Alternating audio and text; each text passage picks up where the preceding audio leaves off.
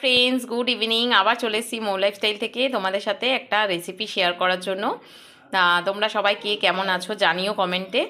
আর আমি বুঝতে পারছি সবাই তোমরা ভিডিও দেখছো কিন্তু সাবস্ক্রাইব করছো না। অনেকেই আছে ভিডিও দেখছো কিন্তু সাবস্ক্রাইব হচ্ছে না। তা যাই হোক, তোমাদের যদি ভিডিও ভালো লেগে থাকে তাহলে প্লিজ লাইক, কমেন্ট, শেয়ার আর মো লাইফস্টাইলটা প্লিজ সাবস্ক্রাইব করে পাশে থেকো। তা আমি আজকে ঘরে বানাচ্ছি ফ্রুট কাস্টার্ড। তা সেই রেসিপিটাই তোমাদের সাথে ছোট্ট করে শেয়ার করছি। এটা একটা সিম্পল রেসিপি। তা আমি কী কী নিয়েছি দেখো। একটা কমলা লেবু কিউব করে কেটে নিয়েছি, কলা নিয়েছি একটা বেদানা নিয়েছি, অ্যাপেল নিয়েছি একটা কুচি করে, আর ভ্যানিলা কাস্টার্ড পাউডার নিয়েছি। তা এবার তোমরা আমি কি করে করছি দেখতে থাকো। আমি কড়াইতে 500 মতো দুধ নিয়েছি। এবার এটা ভালো মতো ফুটে আসুক, তারপর আমি কাস্টার্ড পাউডারটা আলাদা বাটিতে আমি গুলে নিয়ে তারপর আমি এটার মধ্যে মেশাবো, দুধের মধ্যে মেশাবো। আমি বাটিতেই একটু দুধ তুলে তার মধ্যে 2 চামচ মতো আমি কাস্টার্ড পাউডার মেশাবো। দুধটা এবার ফুটে এসছে, এরপর আমি কাস্টার্ড পাউডারটা গুলে রেখেছি আমি দিয়ে দেবো।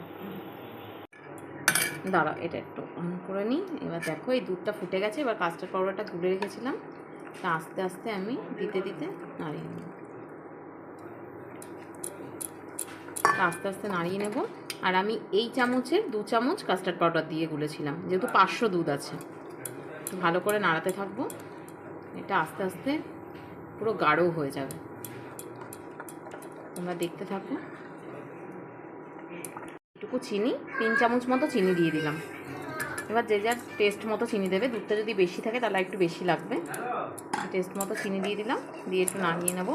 চিনিটা আগেও দেওয়া যায়, আমার যেহেতু হাজব্যান্ডের সুগার আছে তাই ওরটা একটু তুলে নিয়ে তারপর আমাদেরটাই চিনি দিলাম। তোমরা দেখতে থাকো। হ্যাঁ, এখানে কাস্টার্ডটা আমি এখানে ঢেলে নিয়েছি। কাস্টার্ডের যে মিল্কের সাথে যেটা মিশিয়েছি এটা আমি ঢেলে নিয়েছি একটা কাচের বাটিতে।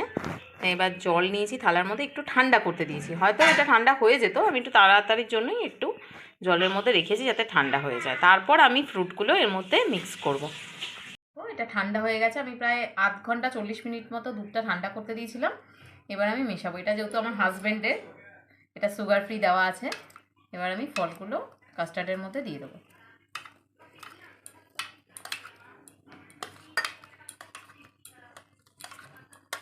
এবার এরমভাবে সব ফলগুলো দিয়ে একটু নাড়িয়ে নেব, নিয়ে এবার ফ্রিজে এটা রেখে দিতে হবে।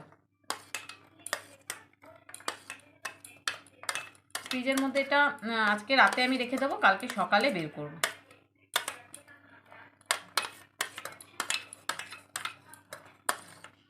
বাহ, খুব সুন্দর দেখতে হয়েছে তো গো, কালারফুল, দারুণ দেখতে হয়েছে। একটু ফলটা বেদানাটা ভালোবাসে তাই বেদানাটা একটু বেশি দিই। কাস্টার্ডটা বাপানেরও খুব প্রিয়। ঠান্ডা হলে কি, ঠান্ডা হলে তাহলে কেটে যাওয়ার চান্স থাকে না ফলগুলো। গরমে আমটামও দেওয়া যায়। হ্যাঁ, গরমে তো আম দেওয়া যাবে। নাড়িয়ে নেব। এবার এটা ফ্রিজের মধ্যে রেখে দিলে আরও একটু ঘন হয়ে যাবে।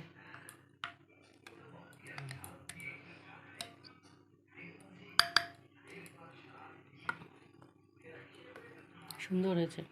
তা তোমাদের যদি এই রেসিপিটা ভালো লাগে তাহলে please like, comment, share and মো লাইফস্টাইলটা প্লিজ সাবস্ক্রাইব করে পাশে থেকো। Thank you.